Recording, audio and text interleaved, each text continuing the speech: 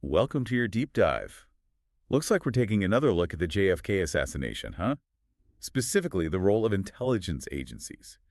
You've given us a bunch of articles from a 1990 issue of The Third Decade, which, if you're not familiar, is a journal totally focused on exploring the JFK assassination. Yeah, you've got some great material here. We've got an article that really digs into President Kennedy's impact on the intelligence world. Another one challenges the authenticity of those famous Oswald backyard photos.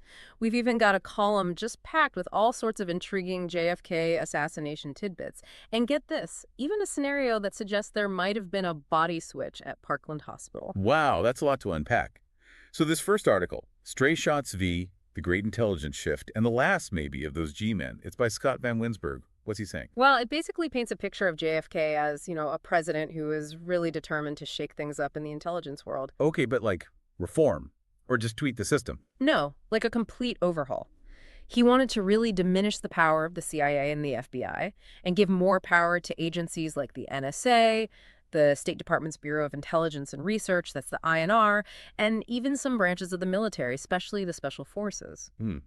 It's interesting how Kennedy's early interest in the Special Forces, which is evident in his 1961 address to Congress, kind of foreshadows their eventual, involvement in covert operations in Vietnam. Right. It's almost like he saw that the nature of warfare was changing, and he wanted the intelligence community to adapt to face those new challenges. It seems like the Bay of Pigs fiasco is often seen as this, major turning point in Kennedy's relationship with the CIA. Totally. But, this power shift within the intelligence world was actually already underway before that. I see. So it was more of a process than like a sudden shift. Yeah. You see it with the rise of the DIA and the Special Forces taking control of the CIA's covert ops groups, the CIOGs, over in Vietnam. Okay. And this reshuffling, it wasn't just limited to, foreign intelligence, right? I mean, Yeah. Robert Kennedy's anti-racketeering task force, that relied heavily on NSA personnel. Yeah, and that raises some questions about whether they were using intelligence gathering for, domestic political purposes. Which is kind of disturbing when you think about it. Yeah. Was this overhaul purely about national security, or were there other motives at play? Right, and then when you think about the FBI under the Kennedys, they were basically operating as a political police force. They targeted figures like Martin Luther King Jr., journalists, even a CIA official. Really, a CIA official? Yeah. They even used the IRS to investigate right-wing agitators. And they had the Army developing systems to manage, potential civil disturbances. Wow. Makes you wonder who stood to gain and who stood to lose from all these intelligence shifts.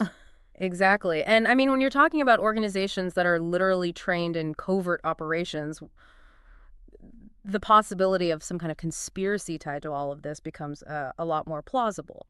Yeah, it definitely adds another layer of intrigue to the whole JFK assassination.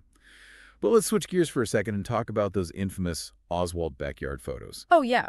The ones showing him holding the alleged assassination weapons. Yeah, exactly. The article by Paul Daniel, The Backyard Photographs, Another Perspective, it challenges the authenticity of those images. Yeah, those photos were everywhere. Right after the assassination, they instantly created this image of Oswald as, the classic lone gunman. It's no wonder there's still so much debate about them. Right. I mean, a lot of researchers are skeptical, but the government insists they're genuine. This is really interesting. Daniel mentions a 1977 Canadian Broadcasting Corporation documentary, The Fifth Estate. Apparently, they had an independent photo analyst from the Department of National Defense in Ottawa take a look. But someone totally removed from the situation. Right, and his findings were pretty surprising. He basically said that the photos were fakes, pointing to, conflicting shadows and a perfect match of Oswald's head when photos are superimposed. Oh, wow. So, Oswald's claims that his head had been pasted onto someone else's body. Exactly. And it just makes you think, what impact do these photos have on the public if they Yeah. were actually manipulated? I mean, it really makes you question the whole thing. For sure. It underscores how important impartial analysis is when it comes to evidence, especially in a case like this. Okay, so speaking of questioning things, let's move on to G.J. Rowell's column, The JFK Assassination File. Did you know? This column is like a gold mine of little intriguing detail. I know, right? It really gets you thinking about what else might be out there. And it starts off strong. Madeline Duncan Brown, who claimed to have had an affair with LBJ. Well, she says that the day before the assassination, LBJ said, and I quote, "Those goddamn Kennedys will never embarrass me again. That's not a threat, that's a promise." Wow. That's pretty intense. Yeah. And after the assassination, she claims that LBJ admitted that he had been ordered to do it by oil men and the CIA. Really? That's a pretty serious allegation. It is. And then Rowell mentions a claim from the book Alias Oswald, saying that an informant claimed that JFK was originally supposed to be killed at the International Trade Mart. Interesting. So maybe multiple assassination plots. Yeah, if there was a conspiracy, who knows how long they were planning it Hmm. and how many different scenarios they considered. And then there's this seemingly random tidbit about Nixon. Nixon. Yeah. Apparently, the Nixon administration was considering assassinating Manuel Noriega, the Panamanian dictator. Oh, right. That was revealed in that Frontline episode, the Noriega connection. Right. But what's interesting is that it shows a willingness to use assassination as a political tool at the highest levels of government. I mean, it makes you think, About how often it might happen. Exactly. And then you have this, almost funny little story about a guy named Lee Harvey Oswald. Wait, what? Another one? Yeah. Apparently this guy, also named Lee Harvey Oswald, allegedly threatened to get me a president after getting a traffic ticket in Ohio in the early 1950s. That's so bizarre. But wait, wasn't the Oswald we're talking about? Couldn't he not drive? Yeah, the alleged assassin couldn't drive. It's just weird. Right. Okay, then there's Mary Malloy, this woman who worked at the Texas School Book Depository. She says she saw Oswald with a brown paper package on the morning of the assassination. Okay, so far so good. That lines up. Yeah, but she also claims she heard him say it contained curtain rods, which doesn't fit the story that it was the rifle, right? That's interesting. And she claims she saw him go up to the 6th floor right before the assassination and then come back down after the shots were fired. Okay, now we're getting into some conflicting timelines here. This is different from what the Warren Commission said. Right. And just when you think it can't get any weirder, Rowell mentions a claim that there was retouching found on the back of JFK's head in the Zapruder film. Wait, really? On the film itself? Yeah, so they're saying. And honestly, each of these little details could be its own deep dive. There's just so much to unpack here. It's like every detail in this column is a potential rabbit hole. Totally. So we've got possible tension between JFK and intelligence agencies, photos that might be fake, and all these little details that make you think there's more to the story than a lone gunman. What's next? Well, next up, we've got a theory about a possible body switch at Parkland Hospital. Oh, wow. Okay. Tell me more about that. All right, so Jerry O. Rose, in his article, The Body Switch, a Parkland Scenario, basically says that the switch didn't happen on Air Force One, like a lot of people think, but that it actually started at Parkland. So he's saying JFK's body never even got on the plane. Yep, that's the theory. Yeah. And he lays out these 5 key things that would have to happen for the switch to have actually worked. Okay, I'm definitely intrigued. Let's hear. What's the first one? Okay, so first, there had to be a second body at Parkland. Rose thinks it could have been this mysterious Mr. X that a triage nurse mentioned. Wait, Mr. X? Who is that? That's the thing. Nobody knows. This Mr. X just, vanishes. And no one can explain how he ended up at Parkland. Rose thinks he might have been the victim of a staged accident or even, murdered. To provide a body for the switch. Right. But even if there was a second body, how would they have pulled off a switch in a busy hospital with the Secret Service right there? Yeah, that's what I'm wondering. Well, that's where the second requirement comes in. There would have to be people at the hospital involved. Rose thinks maybe some of the personnel from O'Neill's funeral home. Oh, right. Aubrey Reich, the ambulance driver, and Dennis McGuire, the ambulance attendant. They were both at Parkland when Kennedy arrived, even though they weren't officially called to the scene. Yeah, it's always been kind of strange that they were there. Rose thinks they could have been part of the plan to do the switch. But how would they get to the body with the Secret Service around? Well, that's the third requirement. There would have had to be some time when the body was alone. Rose thinks that happened when Jackie Kennedy left the treatment room. Okay, I see. So, say they had the body and the time. How would they sneak it out of the hospital? Rose thinks they might have used a back exit, like a tunnel or something.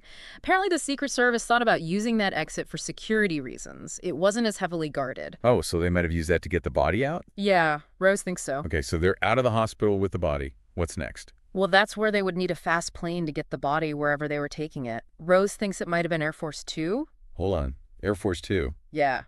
It was ready to go before Air Force One. And it's possible that it passed Air Force One while they were both in the air, which would have given them more time to, alter the body or whatever they needed to do. Wow. That sounds like they really had to plan everything out carefully, if this is what happened. Does Rose have anything to back this up? He does. He points out that there are problems with Aubrey Reich's story about what his ambulance did and when. He said he left Parkland at 3 p.m., but radio logs put it near Love Field at 2:45 p.m. That's weird. How could he be in two places at once? Exactly. Rose thinks that maybe Reich went to Love Field more than once, and maybe one of those times he was taking the president's body. And there's another detail. There was this mysterious gentleman who told Secret Service agent Andrew Berger, who was driving the hearse with JFK's body, that he'd meet him at the mortuary. Wait, why would he be going to the mortuary? Exactly. Nobody on Berger's vehicle should have had any reason to go to the mortuary. Oh, I see. It's like there's this whole hidden trail of events going on that we don't know about. Right. And, I mean, Rose admits that this is just a theory, but it definitely adds another layer to the Parkland situation. Definitely a mind-blowing theory. What else is in these articles? Well, there's another article here that looks at something different, like the media's role in all this, how they shaped public opinion about the assassination. Oh, yeah. That makes sense. It was such a huge media event. There must be tons of material out there. Right. It's this video compendium by Jan Stevens. It gives a rundown of all these films and documentaries about the assassination. Each one has its own take on what happened. Wow. I mean, just the sheer amount of visual stuff related to the JFK assassination is mind-boggling. It wasn't just a news story. It was a spectacle. Totally. And these images have had a huge impact on how we think about the assassination. Yeah.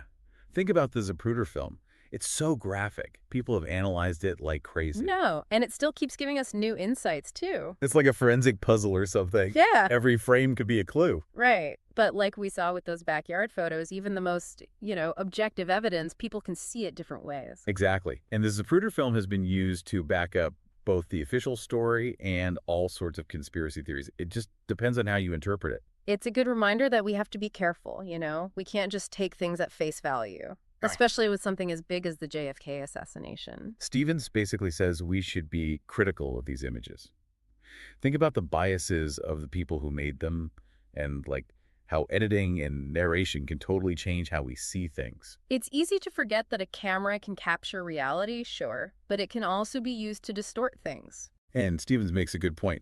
The JFK assassination was a major turning point for media coverage.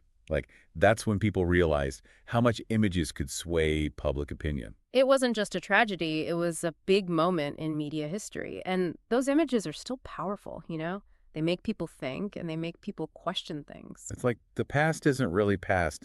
It still affects us today.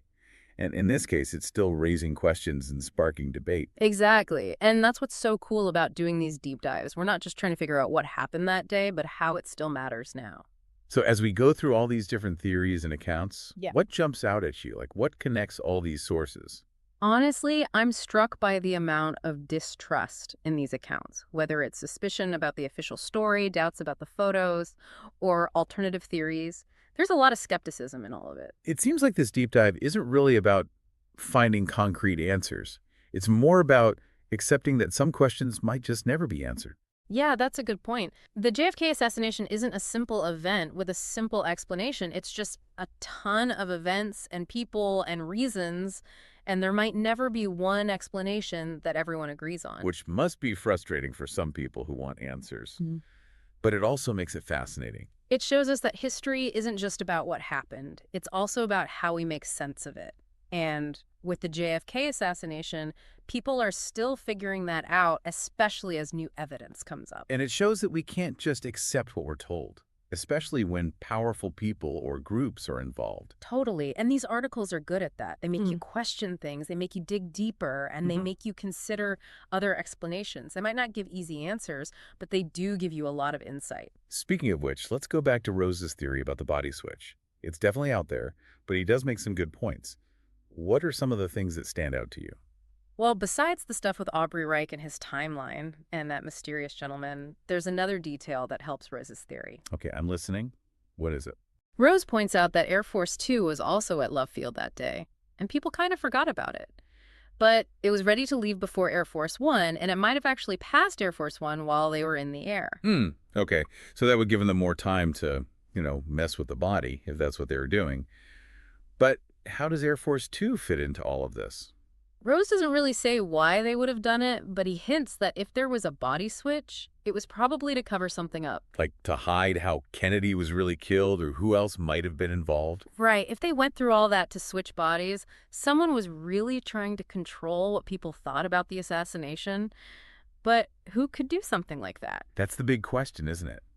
Rose doesn't say who he thinks did it, Yeah. but he does suggest they would have to be really powerful and connected. It's a crazy theory, but it makes you think about what really happened that day in Dallas. And it shows that people are still talking about the JFK assassination all these years later. It just shows that the JFK assassination can't be easily explained away. It makes people use their imaginations and makes them want to find out what really happened. And that's why these articles are so important. They don't give us easy answers, but they push us to think about the event in new ways, to look at different points of view, and to be okay with not knowing everything. They remind us that history isn't just a bunch of facts in a textbook, but something that we're constantly rediscovering and reinterpreting. And with the JFK assassination, people will probably be debating it for years to come. That's true. And it also shows how powerful critical thinking is, and the need to question everything, especially when it comes to stories we're told, no matter how accepted they are. It's like this deep dive is a trip into one of the biggest mysteries of our time. We've gone through intelligence agencies, photos, body switches. It's amazing, right? After all these years, people are still trying to figure out what happened. I know. It shows that some things just stick with us. We want answers. It's interesting, how each of these articles looks at the assassination from a different angle. Yeah, they each give us a piece of the puzzle. We've got Van Wensberg talking about all the intelligence stuff and how that might have played a role. Then there's Daniel questioning those backyard photos. And Raoul with all those little clues that hint at, like, a bigger conspiracy. And Rose, Yeah. that crazy body switch theory. It's like, those mosaics where each tile is different, but they all make a picture? Yeah. And as you step back, you see how complex and unclear everything is. Okay, so we've covered a lot. What stands out to you the most from all this? Honestly, it's how much all these articles emphasize critical thinking. Like, we can't just take things at face value. You're right, that seems to be the common thread. They all push us to question everything, to look closely at the evidence, and to be open to other explanations. It's like they're saying history isn't always what it seems. Right. It's not just facts. It's how we interpret those facts and how those in power can shape how we understand things. Which brings us back to the media, Yeah. right? Oh, yeah. The way the assassination was shown on TV and in newspapers, that had a huge impact on how people saw things. The Zapruder film, those backyard photos, the news, Yeah. it all helped to create the story we know today. And those stories, like Stephen said, can be really powerful. They can shape how we see the past. So we have to be aware of that. Be aware of bias and how people can manipulate information. Exactly. It's like we're trying to get to the truth, but maybe the truth is just a bunch of little pieces, and it's up to us to make sense of them. Which can be frustrating. But it's also what makes history so interesting, It's not just about memorizing dates. It's about having a conversation with the past. And the JFK assassination really shows that. It also shows that we have to question everything, especially when powerful people are involved. Absolutely. The JFK assassination reminds us that things aren't always what they seem. It's all about critical thinking and questioning the stories we're told, even if everyone believes them. So what's the big takeaway for our listeners? What can they learn from all this? I think the biggest thing is to be open-minded, but also critical. Don't be afraid to ask questions, to look for new evidence, and to keep the conversation going. Because the more we learn, the more we realize there's so much we don't know. And with the JFK assassination, the search for the truth might never really end. It might take us to unexpected places, and we might have to face some uncomfortable facts. But it's worth it. It shows us that history is alive and it's still shaping our world today. Well said. It's been a fascinating deep dive. We've gone through so much and really gotten into this mystery. And as we wrap up, we hope you'll continue exploring on your own. Keep asking questions, keep searching, and keep talking about it. Because the search for the truth never really ends. Until next time, keep diving deep.